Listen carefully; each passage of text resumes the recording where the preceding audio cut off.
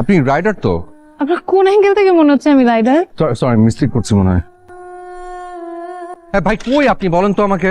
আমি আপনাকে বলেছি 4 নাম্বার সেক্টর, আপনি 8 নাম্বার সেক্টরে কি করছেন? আরে কি আশ্চর্য, আপনার জন্য তো আমার চাকরিটা যাবে। আমার তো আজকে প্রেজেন্টেশন। হ্যালো,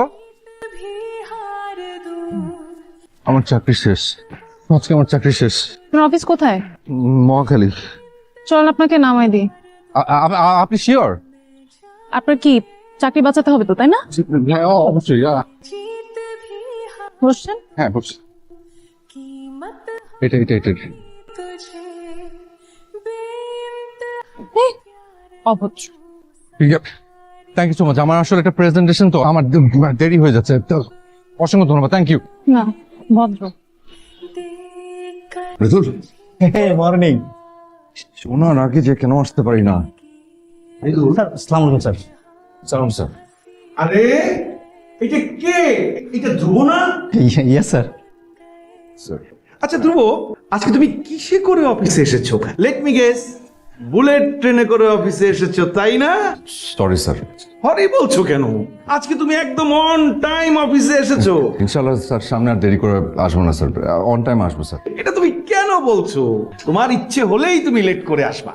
তোমার জন্য তো অফিসের কোনো কাজকর্ম থেমে নেই। আজকে তো স্যার লেট হয় না স্যার। হ্যাঁ স্যার, আজকে তো একদম সময় মতো চলে আসছে স্যার। ওদের সামনে স্যার ইনসাল্ট করেন না স্যার।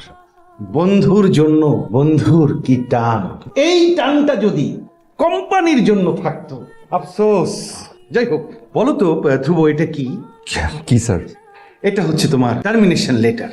ভেবেছিলাম আজকেও তুমি লেট করে আসবে এবং এটা আমি তোমার হাতে ধরিয়ে দিব। কিন্তু মজার ব্যাপার কি জানো, আমি এখনো সাইন করিনি। আলহামদুলিল্লাহ। তারপরও স্মৃতিস্মারক হিসেবে এটা আজকে তোমাকে আমি দিব। মানে প্রতি রাতে ঘুমানোর আগে এটা একবার দেখবে, সকালবেলা ঘুম থেকে উঠে এটা আরেকবার দেখা। এটাই হবে তোমার কাজ। Thank you. Mention not. Presentation ready? জি স্যার। রুমে আসো। আসলে মানে আমি তো ভাবছিলাম আজকে গেছি, আজকে খাইছি কট। একটা মেয়ে এসে আমার জীবনটা বাঁচাইছে জানিস। ওই মেয়েটার কারণে তোর চাকরিটা বাঁচলো, তোর জব সেভার। তারপরে কিসের জব সেভার, লাইফ সেভার বল। ও, একটা সেকেন্ড। All the best. হ্যাঁ কাকু চা আছে? দেন না আমাকে একটা। কত? চিনি বেশি দিয়ে দিচ্ছেন। ওরে বাবা, এত মিষ্টি। প্রতিবার কি হলো এটার? Excuse me, hello, life saver. আপনি তাই তো, আবার আপনি? ওয়েট, আপনি আমাকে কি ডাকলেন? Life saviour. চাকরি বাঁচিয়েছি দেখে? জি। আপনার প্রেজেন্টেশন কেমন গেল? খুব ভালো, বস খুব খুশি হয়েছে, thank you. By the way, আমার নাম ধ্রুব। আপনি? আমি ফিমিন। আপনি কি করেন? পড়াশোনা করি কিসের? সিএসসি তে। আপনার বাসা কোথায়? উত্তরাতে। আপনার? উত্তরা। বাহ। উত্তরা শুনে এত খুশি হচ্ছেন কেন? আপনার অন্য কোনো উদ্দেশ্য আছে? না এমনি কোনো উদ্দেশ্য নেই। চাটা একটু তাড়াতাড়ি শেষ করুন। কেন? করুন বলছি। শেষ, একটা সেকেন্ড। উঠে পড়ুন। শিওর? হুম। বলেন কি? বলছেন? হ্যাঁ।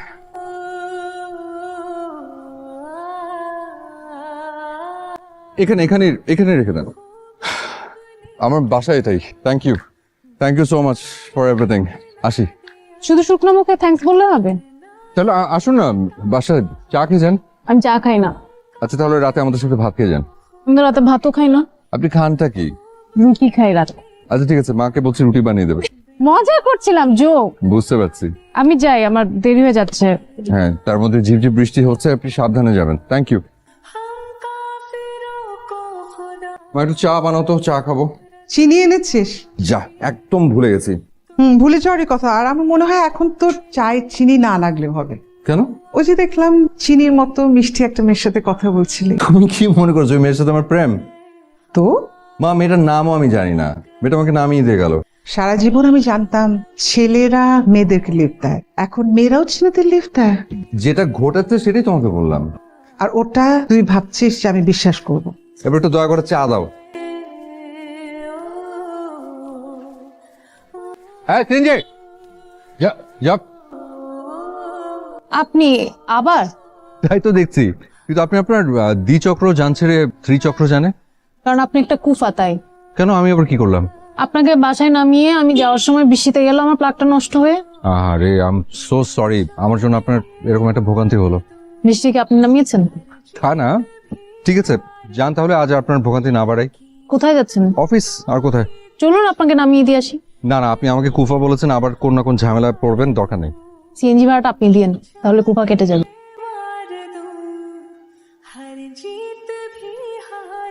চলেন আমরা মহাকালী হয়ে যাব। আচ্ছা, আপনি আপনি রাশি বিশ্বাস করেন? মাঝে মধ্যে। কেন বলেন তো? কেমন অবাক করার একটা ব্যাপার না, পরপর 2 দিনে আপনার সাথে 3-3 বার দেখা হয়ে গেল। What a coincidence. এটা শুধুমাত্র কোইন্সিডেন্স, এখানে ভাগ্য টেনে আনবেন না। দরকার নেই টানার, আপাতত আমাদের মন্টু মামাই টেনে নিয়ে যাক। আমার নাম আসলে মন্টু মিয়া। হোয়াট আ ঝড়ে বক। জি না, এটাই হচ্ছে রিয়েল কোইন্সিডেন্স। আচ্ছা ঠিক আছে, আপনার কথা মেনে নিলাম। একটা কথা বলবো? বলুন। Is it too early to ask for your phone number?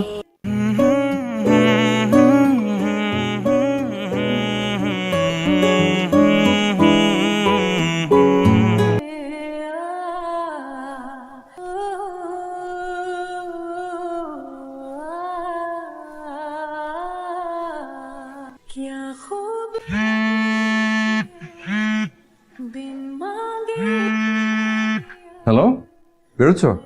আচ্ছা ঠিক আছে, হ্যাঁ হ্যাঁ আমি রেডি। আচ্ছা একটা নাচোস দিবেন, বারবিকিউ উইংস দিবেন একটা 8 পিসেসের, ক্রিসপি চিকেন একটা 6 পিসেস, বারবিকিউ চিকেন পিৎজা, বোঝা যাচ্ছে পাস্তা খাবে না, আর একটা ক্যাশনাট সালাদ, আর ড্রিঙ্ক লাগলে আমি বলবো পরে। Thank you. ঠিক আছে। আপনি কিভাবে বুঝলেন? আমি রেস্টুরেন্টের মেনু থেকে ঠিক এই খাবারগুলোই অর্ডার করি। এতটা মিলবে সত্যি কথা আসলে বুঝতে পারিনি, কিন্তু এতগুলো খাবার অর্ডার করলেন। এমনি ইচ্ছে হলো তাই। কি কি এই গাছটা দেখেন, আমার খুব পছন্দ। আপনি নাম জানেন? এটা কাঠবাদাম গাছ। এই গাছটা আপনার পছন্দ কেন? কেন পছন্দ? পাতার জন্য মনে হয়। দেখেন কি সুন্দর ছড়ানো, পুরো ছাতার মতো, দেখতে খুব ভালো লাগে। এটা বিষয় কি জানেন, গাছের পাতা যত সুন্দর হোক না কেন, গাছের আসল শক্তি কিন্তু ওই শেকড়ে। শীতে সব পাতা ঝরে যায়, বসন্তে আবার নতুন পাতা গজায়, কিন্তু শেকড় কিন্তু কখনো বদলায় না। তাই গাছের আসল শক্তি হচ্ছে শেকড়। গাছের আসল শক্তি শেকড়। কি পাতা একটা ছেড়ে দেবো, বাতাস করবেন? না, সুন্দর আছে আসলে।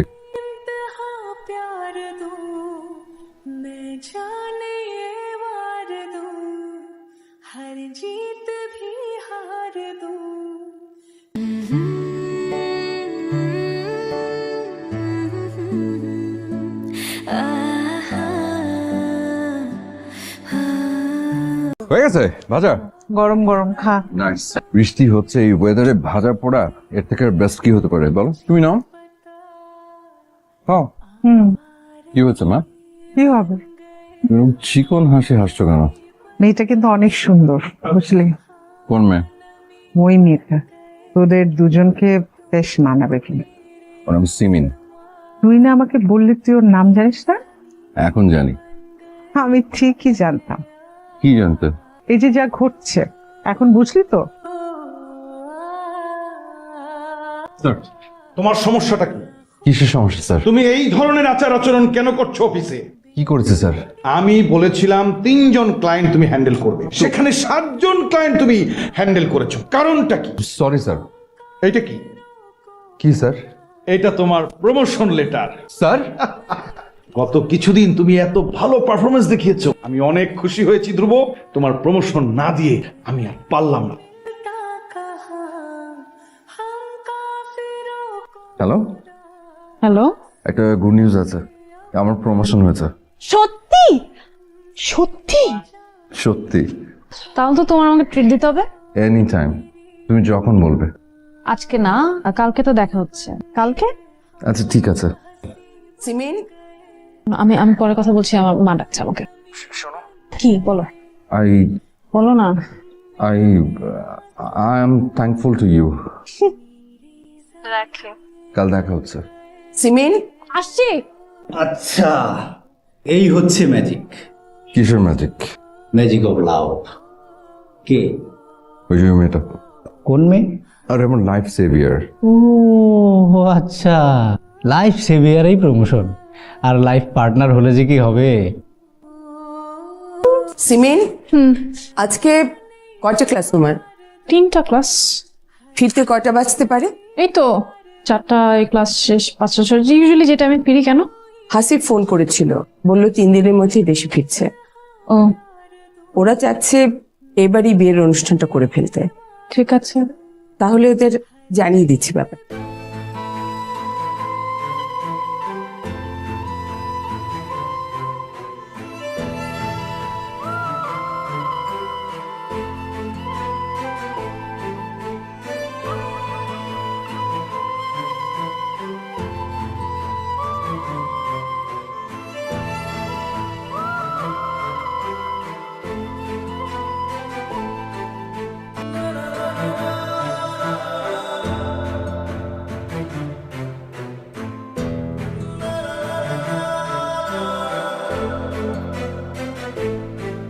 আপনার কাঙ্ক্ষিত নম্বরটিতে এই মুহূর্তে সংযোগ দেওয়া সম্ভব হচ্ছে না।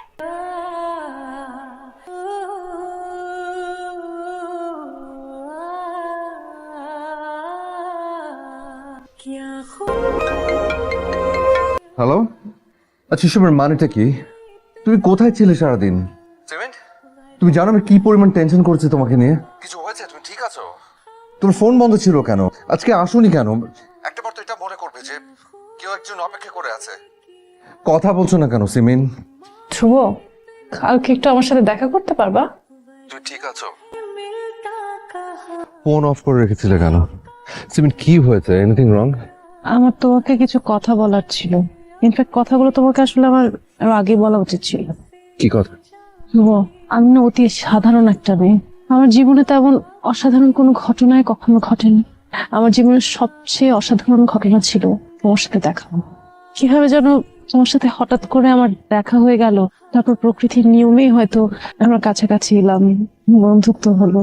আমি তোমাকে ভাবলে কেন বলো? ধ্রুব, আমি এরকম না। তুমি আমাকে যেরকম দেখছো বাইরে থেকে, আমি ঘরের ভেতর সম্পূর্ণ আলাদা একটা মানুষ। সিমিন, আমি তোমার কথা কিচ্ছু বুঝতে পারছি না। আমাকে একটু খুলে বলবে কি হয়েছে? আমার অনেকগুলো ইচ্ছা আছে জানো, ছোট ছোট সবকিছু, খুবই সাধারণ, কিন্তু আমাকে নিয়ে, তোমাকে নিয়ে যে স্বপ্নগুলো, আকাঙ্ক্ষাগুলো আছে, সেগুলো কখনো পূরণ হবে না, কখনো পূরণ হয়নি।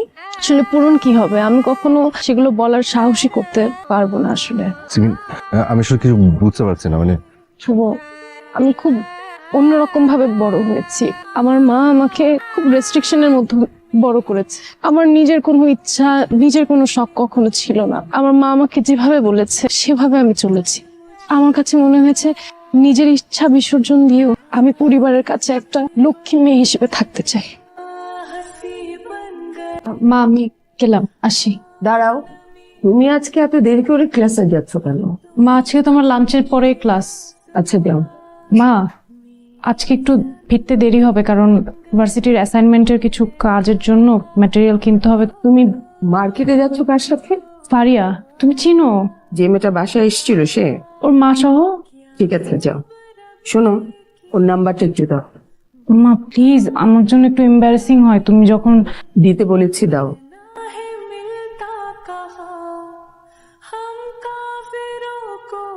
যাও।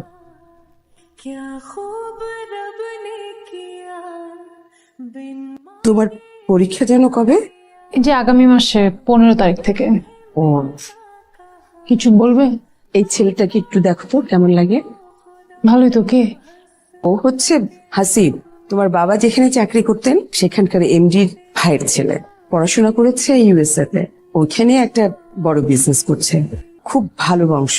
ওরা তোমাকে খুব পছন্দ করেছে। এখন তোমার যদি পছন্দ হয় তাহলে বিয়ের ব্যাপারে আমি একটু কথা বলতে পারি ওদের সাথে। আমার তো পড়াশোনা শেষ হয়নি, আমি তো ভাবে না না, এই ব্যাপারে তুমি কোনো চিন্তা করো না। আমি ওদের সাথে কথা বলে নিয়েছি যে এখন বড় জোরে আমি এনগেজমেন্টটা করে রাখতে পারি, কিন্তু আমার মেয়ের পড়াশোনা শেষ না হওয়া পর্যন্ত আমি ওকে কিছুতেই বিয়ে দেবো না। দেখো তোমার যেটা ভালো মনে হয়। আরেকটা ব্যাপার ছিল ছোট, ছেলেটার আগে একবার বিয়ে হয়েছিল, ডিভোর্স হয়ে গেছে, মানে ওদের কোনো বাচ্চা টাচ্চা নেই, একেবারে ফ্রেশ। মা বলেছে কোনো ছেলের সাথে প্রেমও করা যাবে না, আমি সেটাও করিনি, আর এখন হঠাৎ করে। তুমি এটাকে এত বড় ইস্যু ধরছো কেন? এটা হয়তো বাংলাদেশে এটা একটা বিরাট সমস্যা বলে সবাই। তুমি ওর সাথে তো বাইরে চলে যাবে, বাইরের দেশে এই সমস্ত ব্যাপারকে কোনো ম্যাটারই করে না। আর সবচেয়ে বড় কথা, ওর যে অবস্থা, ওর যে বিষয় সম্পত্তি, ওর যে টাকা পয়সা, তাতে এটা একটা সামান্যই ব্যাপার। আর তুমি তোমার সমস্ত শখ আহ্লাদ সবকিছু পূরণ করতে পারবে, এটা তো অনেক বড় একটা ব্যাপার, তাই না? আমি যদি ওনাকে বিয়ে করি, তুমি আমাকে শখ পূরণ করতে দিবে আমার? অবশ্যই পারবে, কেন নয়? আমি যদি ওনাকে বিয়ে করি, আমি কি এখন থেকে আমার কোনো শখ পূরণ করতে পারবো? নিশ্চয়ই। তোমার কোনো শখ আছে? আমার একটা স্কুটি কেনার খুব শখ। তুমি স্কুটি চালানো শিখলে কোথা থেকে? আমার ভার্সিটির একটা ক্লাসমেট আছে রিমি, ওর একটা স্কুটি আছে, মাঝে মাঝে ওর সাথে একটু টুকটাক চালাই আর কি। রিমি কি কখনো আমার বাসায় এসছে? আমি কি ওকে চিনি? না মনে হয়। ওর টেলিফোন নাম্বারটা দাও তো আমাকে। আলহামদুলিল্লাহ।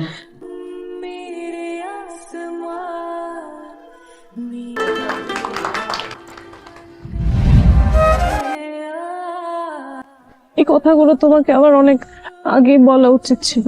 সরি চুমু, আমি বুঝতে পারিনি। আমার কাছে মনে হয়েছে যে এঙ্গেজমেন্টটা আমার জন্য একটা স্বাধীনতার পথ খুলে দিচ্ছে, কারণ আমি একটা বাইক কিনতে পেরেছি, আমার নিজের মতো ক্লাস করতে পারছিলাম, আমার সাথে পরিচয় হলো, হেসে খেলে দিনগুলো কি সুন্দর চলে যাচ্ছিল। আমার মাথায়ও ছিল না যে আমার এই স্বাধীনতার পায়ে একটা বেড়ি আছে। দিন শেষে আমি সেখানে বাধা।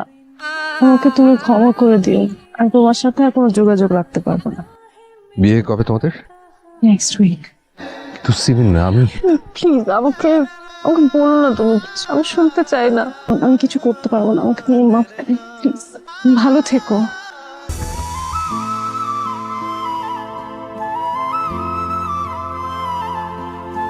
তুমি জানতেও পারলে না সিমিন, তোমাকে কতটা ভালোবেসেছিলাম, কতটা।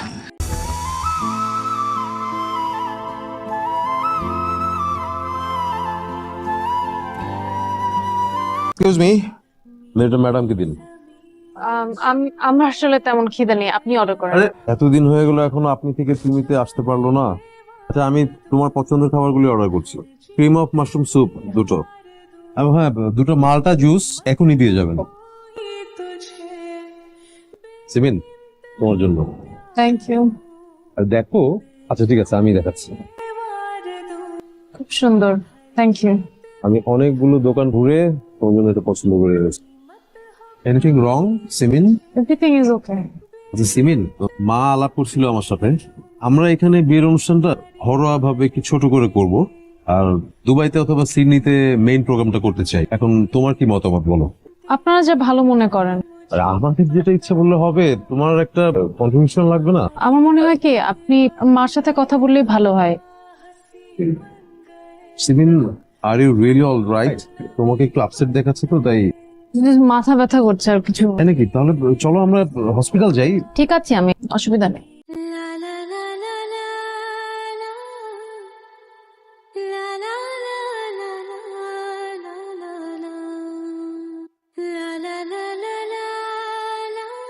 আসসালামু আলাইকুম আন্টি।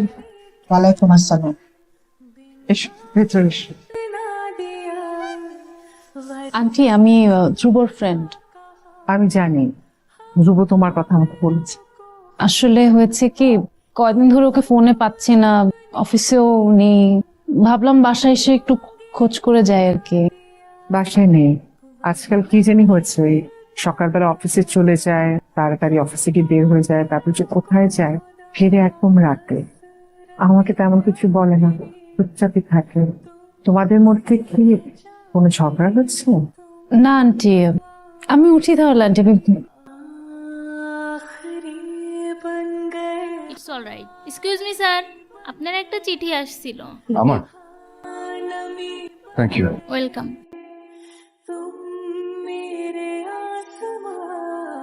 ধ্রুব, তুমি জানো সবাই আমাকে সবচেয়ে বেশি কোন কথাটা বলেছে?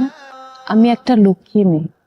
লক্ষ্মী মেয়েরা মায়েদের কথা শোনে, তারা কখনো প্রশ্ন করে না, তর্ক করে না, অবাধ্য হয় না, জীবন চলে সরল রেখায়। আমার এতে বিশেষ অসুবিধা হয়নি। ক্লাস, বাসা, আবার ক্লাস, এভাবেই জীবন কেটে যাচ্ছিল। কিন্তু জীবনে প্রথমবার সাহস করে সেই তথাকথিত লক্ষ্মী মেয়ের ইমেজ হয়তো একটু ভাঙলো যখন আমি স্কুটি চালানো শুরু করলাম। কিন্তু বিশ্বাস করো, এই মুক্তির স্বাদ অনেকটা নেশার মতো। নেশায় বুঁদ থাকলে মানুষ ভালো মন্দ বুঝতে পারে না, আমিও তেমন কোনো কিছু না ভেবেই তোমার দিকে পা বাড়ালাম। তোমাকে ভালো লাগতো কেন জানি। আমার রুটিন মাফিক জীবনের ছুটির ঘন্টা ছিলে তুমি। তোমার কণ্ঠস্বর ছিল আমার জীবনী শক্তি। তোমার একটা ঝলক আমার সারা দিনে সুখের খোরাক। কিন্তু ওই যে সুখ বা দুঃখ কোনোটাই চিরস্থায়ী নয়। আমি পারতাম পালিয়ে যেতে, আমার নিজের ইচ্ছাকে প্রাধান্য দিয়ে তোমাকে বেছে নিতে, আমাদের সুখ বেছে নিতে। তবে জন্ম থেকে যার পায়ে বেড়ি পরানো থাকে সে হয়তো কিছু সময় চারণ করতে পারে, তবে দিন শেষে তাকে ফিরে যেতে হয় নীড়ে। আমার মাই আমার নীড়। আমি পারিনি আমার মায়ের অবাধ্য হতে। হয়তো একদিন সব সয়ে যাবে আর তুমিও ভুলে যাবে সময়ের দাবিতে। শুধু থেকে থেকে বুকটা হু হু করে উঠবে। তখনই ভীতু লক্ষ্মী মেয়েকে ক্ষমা করে দিও যদি পারো। আশা করি সারা জীবন সুখে থাকবে। ধন্যবাদ আমাকে জীবনের সবচেয়ে সুন্দর সময়টা উপহার দেওয়ার জন্য।